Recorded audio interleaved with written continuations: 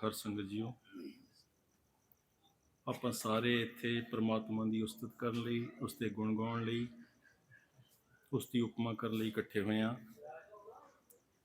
ਗੱਲ ਅਕਾਲ ਪੁਰਖ ਦੀ ਕਰਾਂਗੇ ਤੇ ਇਸ ਅਕਾਲ ਪੁਰਖ ਜੋ ਆਪ ਜੀ ਜਿਸ ਦਾ ਸਤ ਸਰੂਪ ਸਿੰਘਾਸਨ ਤੇ ਵਿਰਾਜਮਾਨ ਹੈ, ਦਰਸ਼ਨ ਕਰ ਰਹੇ ਹੋ।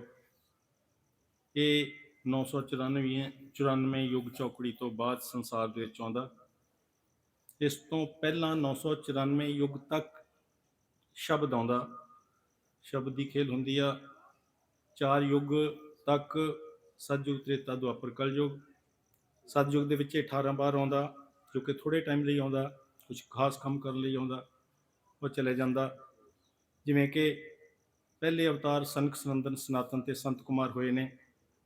ਦੂਸਰੇ ਬਰਾ ਅਵਤਾਰ ਹੋਏ, ਯਗੇ ਪੁਰਸ਼ ਆਏ, ਹਾਵਗਰੀਬ ਆਏ, ਦੱਤਾਤਰੇय ਆਏ, ਨਰ ਨਾਰਾਇਣ ਆਏ, ਹਰਿਹਰ ਨਾਰਾਇਣ ਆਏ, ਪਿਰਥੂ ਆਏ, ਧਨੰਤਰ ਆਏ, ਵਾਮਨ ਅਵਤਾਰ ਆਏ, ਜਿਹਨੂੰ ਕਿ 52 ਅਵਤਾਰ ਕਿਹਾ ਗਿਆ। ਸਿੱਖਿਜ਼ਮ ਦੇ ਵਿੱਚ ਹਿੰਦੂ ਲੋਕ ਇਸ ਨੂੰ ਵਾਮਨ ਅਵਤਾਰ ਕਹਿੰਦੇ ਨੇ। ਇੱਕ ਗਿੱਠ ਤੇ ਇੱਕ ਮੁੱਠ ਦਾ ਇਸ ਦਾ ਆਕਾਰ ਹੁੰਦਾ। ਰਾਜੇ ਬਲ ਨਾਲ ਇਸ ਦਾ ਹਿਸਾਬ ਹੁੰਦਾ, ਉਹ ਪੂਰਾ ਕਰਨ ਲਈ ਆਉਂਦਾ। ਇਹਨਾਂ 4 ਯੁੱਗਾਂ ਦੇ ਵਿੱਚ ਜੋ ਕਿ ਪਰਮੇਸ਼ਵਰ ਦੀ ਰਚਨਾ ਹੈ ਸੰਸਾਰ, ਇਹ ਸੰਸਾਰ ਦੇ ਵਿੱਚ 2 ਵਸਤੂ ਕੰਮ ਕਰਦੀਆਂ ਨੇ, ਇੱਕ ਸੱਚ ਤੇ ਇੱਕ ਝੂਠ। ਸੱਚ ਪਰਮੇਸ਼ਵਰ ਨਾਲ ਮਿਲਦਾ ਹੈ। ਸੱਚ ਤੇ ਚੱਲਣ ਵਾਲਾ ਇਨਸਾਨ, ਭਗਤ, ਪਰਮੇਸ਼ਵਰ ਦੇ ਨਾਲ ਮਿਲਦਾ ਹੈ।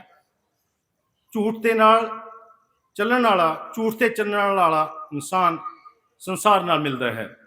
ਕਿਉਂਕਿ ਸੰਸਾਰ ਇੱਕ ਮਾਇਆ ਹੈ, ਇਸ ਦਾ ਕੋਈ ਮੇਲ ਨਹੀਂ ਹੈ ਰੱਬ ਨਾਲ, ਕਿਉਂਕਿ ਸੰਸਾਰ ਸਾਰਾ ਮਾਇਆ ਨਾਲ ਭਰਿਆ ਹੋਇਆ ਹੈ। ਤੇ ਇਸ ਕਰਕੇ ਉਸ ਸੱਤ ਦੀ ਗੱਲ ਕਰੂੰਗਾ। ਇਸ ਸੱਤ ਲਈ ਗੁਰੂ ਗ੍ਰੰਥ ਸਾਹਿਬ ਦੇ ਵਿੱਚ 2 ਵਾਰ ਲਿਖਿਆ, ਬਹੁਤ ਵਾਰ ਵੀ ਲਿਖਿਆ, ਲੇਕਿਨ ਇੱਕ ਵਾਰ ਇੱਕ ਲਾਈਨ ਮੈਂ ਪੜ੍ਹਦਾ। ਰਹਿਣੀ ਰਹੇ ਸੋਈ ਸਿੱਖ ਮੇਰਾ, ਜੋ ਉਸਦੀ ਰਹਿਤ ਦੇ ਵਿੱਚ ਰਹਿੰਦਾ ਹੈ, ਜੋ ਉਸਤੇ ਮਰਿਆਦਾ ਦੇ ਵਿੱਚ ਰਹਿੰਦਾ ਹੈ ਪਰਮੇਸ਼ਵਰ ਦੀ। ਇਹ ਲਿਖਿਆ ਕਿ ਸੋਈ ਸਿੱਖ ਮੇਰਾ, ਉਹੀ ਮੇਰਾ ਸਿੱਖ ਹੈ। ਅੱਗੇ ਉਸਨੂੰ ਵਡਿਆਈ ਦੇਤੀ ਦੂਸਰੀ ਲਾਈਨ ਦੇ ਵਿੱਚ, ਸੋ ਠਾਕਰ ਮੈਂ ਉਸਕਾ ਚੇਰਾ। ਜੋ ਮੇਰੀ ਰਹਿਤ ਦੇ ਵਿੱਚ ਰਹਿੰਦਾ ਹੈ ਉਹ ਮੇਰਾ ਰੱਬ ਆ ਤੇ ਮੈਂ ਉਹਦਾ ਚੇਲਾ। ਇਹ ਉਹਨੂੰ ਵਡਿਆਈ ਦੇਤੀ। ਇਹ ਉਸਦੀ ਇੱਕ ਉਸਨੂੰ ਪਦਵੀ ਦੇਤੀ, ਜੋ ਕਿ ਉਸਦੇ ਕਹਿਣੇ 'ਚ ਰਹਿੰਦਾ, ਉਸਦੀ ਰਹਿਤ 'ਚ ਰਹਿੰਦਾ, ਉਸਦੀ ਮਰਿਆਦਾ 'ਚ ਰਹਿੰਦਾ। ਔਰ ਇਸ ਤੋਂ ਇਲਾਵਾ ਸਾਹਿਬ ਸ਼੍ਰੀ ਗੁਰੂ ਗੋਬਿੰਦ ਸਿੰਘ ਸਾਹਿਬਾਨ ਨੇ ਲਿਖਿਆ ਹੈ, ਖਾਲਸਾ ਮੇਰਾ ਰੂਪ ਹੈ ਖਾਸ। ਖਾਲਸਾ, ਖਾਲਸਾ ਉਸ ਨੂੰ ਕਿਹਾ ਜਾਂਦਾ ਕਿ ਜੋ ਕਿ ਖਾਲਸ ਹੁੰਦਾ, ਪਵਿੱਤਰ ਹੁੰਦਾ। ਇਹ ਕੋਈ ਅਵਸ਼ ਨਹੀਂ ਹੈ, ਇਹ ਕੋਈ ਜ਼ਰੂਰੀ ਨਹੀਂ ਹੈ ਕਿ ਉਹ ਸਿੱਖ ਹੀ ਹੁੰਦਾ। ਉਹ ਹਿੰਦੂ ਵੀ ਹੋ ਸਕਦਾ, ਮੁਸਲਮਾਨ ਵੀ ਹੋ ਸਕਦਾ, ਸਿੱਖ ਵੀ ਹੋ ਸਕਦਾ, ਈਸਾਈ ਵੀ ਹੋ ਸਕਦਾ, ਬੋਧੀ ਵੀ ਹੋ ਸਕਦਾ, ਪਾਰਸੀ ਵੀ ਹੋ ਸਕਦਾ, XYZ ਕੋਈ ਵੀ ਹੋ ਸਕਦਾ। ਜੋ ਕਿ ਇਨਸਾਨ ਪਰ, ਕਿਉਂਕਿ ਸਾਰੇ ਪਰਮੇਸ਼ਵਰ ਨੇ ਪੈਦਾ ਕੀਤੇ ਨੇ, ਸਾਰੇ ਉਹਦੀ ਰਚਨਾ ਹੈਗੀ ਆ।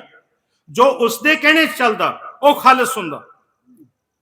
ਜੋ ਕਿ ਅੰਦਰੋਂ ਪਵਿੱਤਰ ਹੁੰਦਾ ਉਹ ਖਾਲਸ ਹੁੰਦਾ। ਉਹੀ ਲਿਖਿਆ ਗੁਰੂ ਗੋਬਿੰਦ ਸਿੰਘ ਸਾਹਿਬਾਨ ਨੇ, ਖਾਲਸਾ ਮੇਰਾ ਰੂਪ ਹੈ ਖਾਸ, ਖਾਲਸਾ ਮਹੀਂ ਹੂੰ ਕਰੂ ਨਿਵਾਸ।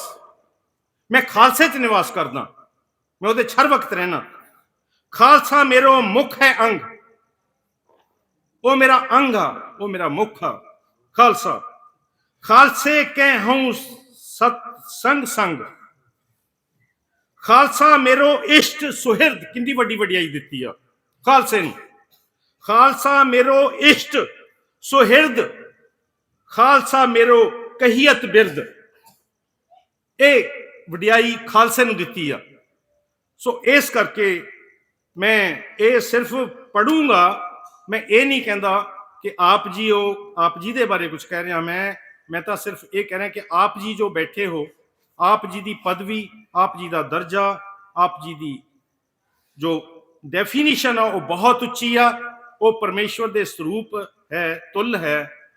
ਸੋ ਇਸ ਕਰਕੇ ਇਹ ਜੋ ਸਾਰੀਆਂ ਗੱਲਾਂ ਨੇ, ਮੈਂ ਜਦੋਂ ਪੜ੍ਹਦਾ ਹੁੰਦਾ ਤਾਂ ਮੈਂ ਆਪਣੇ ਆਪ ਤੇ ਪੁੱਟ ਅਪ ਕਰਦਾ ਹੁੰਦਾ, ਕੀ ਮੇਰੇ ਤੇ ਐਪਲੀਕੇਬਲ ਹੈਗੀਆਂ ਨੇ, ਜਾਂ ਕੀ ਮੇਰੇ ਅੰਦਰ ਹੈ ਇਹ ਗੁਣ। मैं अपनी गल करदा। सो इस करके इस दे मुतलक इसलिए उस प्रभु दे जे मिलन की गल करिए तो प्रभु की उस्तत की गल करिए, किन्नियां भी वोकैबुलरीज, किन्ने शब्दकोश बंद हो जाएंगे, खत्म हो जाएंगे। इसकी उपमा नहीं कर सकते कोई, ना कलम कर सकती है, ना दवात कर सकती है, ना पेपर कर सकता है। इसकी वडियाई नहीं लिखी जा सकती। सो इसकी गल, इस रब की गल आप 10 मिनट च भी कर सकते हैं, जिन्ना मर्जी टाइम ले लो उन्ने च भी कर सकते हैं। लेकिन वो ये आके कि जिन्नी उन्ना के टाइम लईए जिन्ना समझ आ जाए। सो मैं इसके मुतलक एक बाणी पढ़ूंगा। प्रभ मिलन दी जो जन आस रखदा, हिरदे हर हर आप ते आई। पार ब्रह्म पत परमेश्वर निर्गुण होके अंदर वसदा, जो आस रखता इस मिलन दी, इस रब नूं। पार ब्रह्म पत परमेश्वर निर्गुण होके अंदर वसदा, ज्योति जाता पुरख विधाता निर्मल जोत करे रोशनाइया। वो ज्योतियां नूं जानन वाला, वो विधाता, वो अपनी निर्मल जोत जो आ उस दे विच रोशनाई कर दिंदा, जो कि सिर्फ एक ये आशा रखदा, एक ख्वाहिश रखदा अपने अंदर कि मैं उस रब नूं मिलना। फिर अगे ओ भगवान अपने भगत की वडियाई करदा। श्री भगवान कहे मेरा भगत सत, जिस तरह मैं आप जी नूं कहा कि आप बहुत उच्चे सुच्चे हो। श्री भगवान कहे मेरा भगत सत, आदि जुगादी जुग चौकड़ी सत सत विच समाएंदा। वो आद तो जुगाद तक, जुग चौकड़ी तक वो सत दे विच ही समाया रहिंदा, वो मेरे अंदर ही समाया रहिंदा, क्योंकि सत ही इसका निर्गुण स्वरूप है उस रब दा। जिस दे अंतर आत्म ब्रह्म मत, उस दे अंदर ब्रह्म मत हुंदी आ। पार ब्रह्म पत परमेश्वर भेव अभेव आप खुलाएंदा। ओ रब, ओ परमेश्वर, वो भेद खोल रहा, वो खुद खोल रहा। जिसते अंतर्यात्म ब्रह्म मत, पार ब्रह्म पत परमेश्वर भेव अभेद आप खुलाएंदा। निर्मल जोत जगे लट लट, नूर नूराना शाह सुल्ताना एक अंकारा डगमगाएंदा। अगे कुछ इंस्ट्रक्शन भी दित्तियां ने। देखो ये जो बाणी आ हरसंगत जीओ, ये सानू रीचार्ज कर दी आ। एक कलयुग का युग चल रहा, किड्डा ही वड्डा जति सती, किड्डा ही वड्डा सत दे विच धारण करने वाला किते ना किते गलत हो जाता।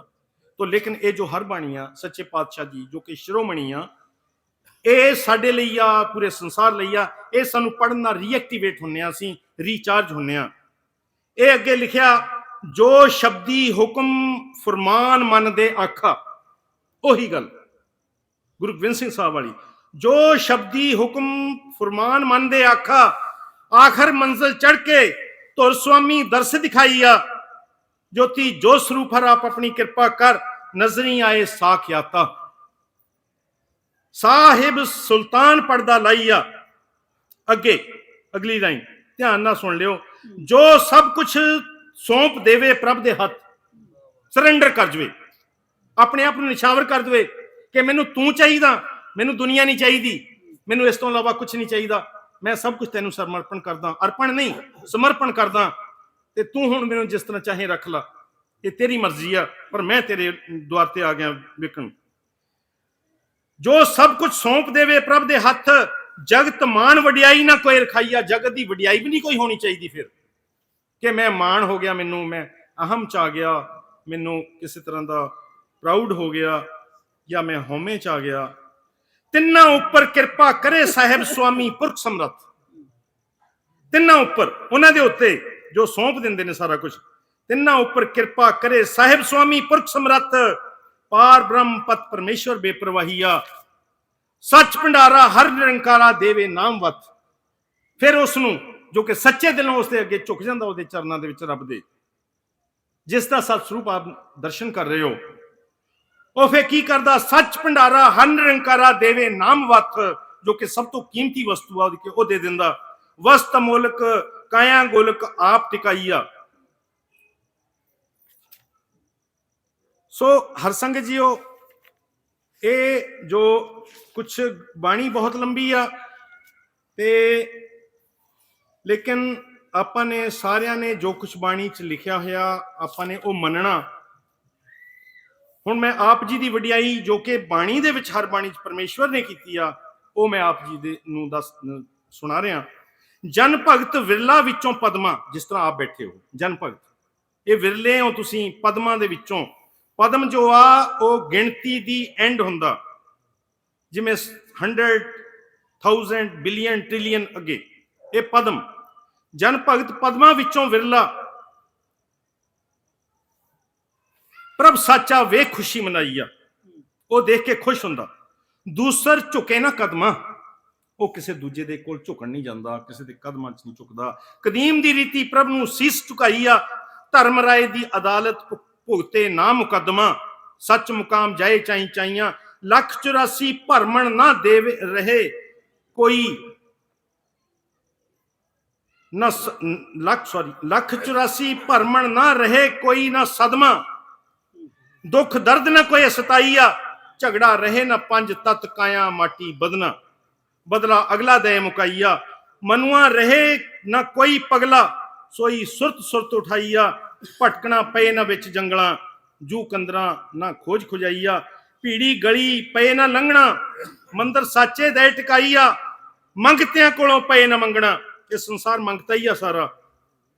ਦੁਆਰਾ ਇੱਕੋ ਸੰਗ ਸੱਚੇ ਸ਼ਹਿਨਸ਼ਾਹੀਆ, ਦੁਆਰਾ ਇੱਕੋ ਮੰਗੇ ਸ਼ਹਿਨਸ਼ਾਹੀਆ, ਜੋਤੀ ਜੋ ਸਰੂਪ ਹਰ ਆਪ ਆਪਣੀ ਕਿਰਪਾ ਕਰ, ਹਰ ਜਨ ਦੱਸ ਕੇ ਸਾਚੀ ਬੰਦਨਾ, ਹਰ ਜਨ ਦੱਸ ਕੇ ਸਾਚੀ ਬੰਦਨਾ, ਬੰਦੀ ਖਾਨੇ ਵਿੱਚੋਂ ਬਾਹਰ ਕਢਾਈਆ, ਜਨ ਭਗਤ ਦੂਜੇ ਦਰ ਘਰ ਨਾ ਕਰੇ ਅਰਜ਼, ਜਨ ਭਗਤ ਦੂਜੇ ਘਰ ਨਾ ਕਰੇ ਅਰਜ਼, ਆਰਜ਼ੂ ਅਵਰ ਨਾ ਕੋਈ ਜਣਾਈਆ, ਪੁਰਖ ਕਾਲ ਪੂਰਾ ਕਰੇ ਫਰਜ਼। ਜੇ ਉਹਦੇ ਦੁਆਰੇ ਜਾਂਦੇ ਆ ਤਾਂ ਉਹ ਆਪਣਾ ਫਰਜ਼ ਪੂਰਾ ਕਰੂਗਾ।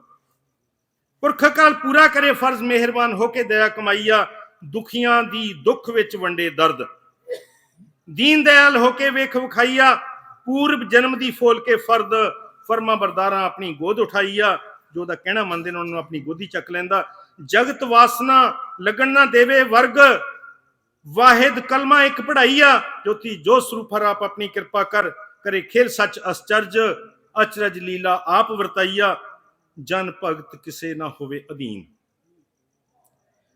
ਜਨ ਭਗਤ ਕਿਸੇ ਨਾ ਹੋਵੇ ਅਧੀਨ, ਭੈ ਭਉ ਨਾ ਕੋਈ ਮਨਾਈਆ, ਇੱਕੋ ਪੁਰਖ ਕਾ ਲੈ ਚੀਨ, ਇੱਕੋ ਪੁਰਖ ਕਾ ਲੈ ਚੀਨ, ਹਿਰਦੇ ਹਰ ਹਰ ਆਪ ਵਸਾਈਆ, ਮਾਰਗ ਚੜ ਕੇ ਜਗਤ ਮਹੀਨ, ਪੈਂਡਾ ਅਗਲਾ ਦੇ ਮੁਕਾਈਆ, ਸ੍ਰੀ ਭਗਵਾਨ ਕਰੇ ਤਸਲੀਮ, ਤਸਬੀ ਮਾਲਾ ਗਲੋਂ ਸੁਟਾਈਆ, ਤੂੰ ਮੇਰਾ ਮੈਂ ਤੇਰਾ ਸਾਂਝਾ ਦੇ ਯਕੀਨ, ਤੂੰ ਮੇਰਾ ਮੈਂ ਤੇਰਾ ਸੋਹੰਗ ਸ਼ਬਦ, ਸਾਂਝਾ ਦੇ ਯਕੀਨ, ਯਕ ਹੁਕਮ ਇੱਕ ਸੁਣਾਈਆ, ਬਿਨਾ ਮੁਰਸ਼ਦ ਤੋਂ ਦੱਸੇ ਨਾ ਕੋਈ ਤਾਲੀਮ, ਸਾਡਾ ਮੁਰਸ਼ਦ ਹੈ, ਇਸ ਤੋਂ ਬਿਨਾ ਸਾਨੂੰ ਕੋਈ ਤਾਲੀਮ ਨਹੀਂ ਦੱਸ ਸਕਦਾ। ਬਿਨਾ ਮੁਰਸ਼ਦ ਤੋਂ ਦੱਸੇ ਨਾ ਕੋਈ ਤਾਲੀਮ, ਮੁਰੀਦ ਮੁਰਦਾ ਨਾ ਕੋਈ ਉਠਾਈਆ, ਗੁਰਮੁਖ ਰਹੇ ਨਾ ਕੋਈ ਗਮਗੀਨ, ਗੁੱਸਾ ਗਿਲਾ ਦੇਵੇ ਚੁਕਾਈਆ, ਜੋਤੀ ਜੋ ਸਰੂਪ ਹਰ ਆਪ ਆਪਣੀ ਕਿਰਪਾ ਕਰ, ਜਨ ਭਗਤਾਂ ਦੇਵੇ ਸਾਚਾ ਵਰ, ਝਗੜਾ ਰਹੇ ਨਾ ਨਰ ਮਦੀਨ, ਆਤਮ ਰੂਪ ਸਤ ਸਰੂਪ ਸਭ ਦਾ ਇੱਕੋ ਨਜ਼ਰੀ ਆਈਆ, ਜੋ ਕਿ ਉਹਦੇ ਕਹਿਣੇ ਚੱਲਣਗੇ, ਉਹਦੇ ਨੂੰ ਸਰੈਂਡਰ ਕਰ ਜਾਣਗੇ, ਉਹਦੇ ਅੱਗੇ ਸਰੈਂਡਰ ਕਰ ਦੇਣਗੇ, ਉਹਦੇ ਅੱਗੇ ਸਮਰਪਣ ਕਰ ਦੇਣਗੇ, ਉਹਦਾ ਆਤਮ ਸਤ ਸਰੂਪ ਸਭ ਦਾ ਇੱਕੋ ਨਜ਼ਰੀ ਆਈਆ, ਉਹ ਸਤ ਸਰੂਪ ਹੋ ਜਾਣਗੇ। ਕਿਉਂਕਿ ਇਹ ਭਗਵਾਨ ਸਤ ਸਰੂਪ ਆ, ਉਹ ਆਪਣੇ ਭਗਤ ਨੂੰ ਵੀ ਸਤ ਸਰੂਪ ਬਣਾਉਂਦਾ, ਆਪਣੇ ਕਹਿਣੇ 'ਚ ਮਨ ਚੱਲ ਆ ਕੇ ਜੋ ਇਹ ਕਹਿੰਦਾ ਉਹ ਜੇ ਕਰਦਾ ਕੋਈ ਆਪਾਂ ਕਰਦੇ ਹਾਂ, ਤੇ ਫਿਰ ਆਪਾਂ ਉਹਦੇ ਹੀ ਰੂਪ 'ਚ ਬਣ ਜਾਂਦੇ ਹਾਂ। ਇੱਥੇ ਇਸੇ ਨਾਲ ਹੀ ਮੈਂ ਆਪ ਜੀ ਪਾਸੋਂ ਤੇ ਅਕਾਲ ਪੁਰਖ ਜੀ ਤੋਂ ਖਿਮਾ ਮੰਗਦਾ ਜੀਓ। ਸੋਹੰਗ ਮਹਾਰਾਜ ਸ਼ੇਰ ਸਿੰਘ ਵਿਸ਼ਨੂੰ ਭਗਵਾਨ ਦੀ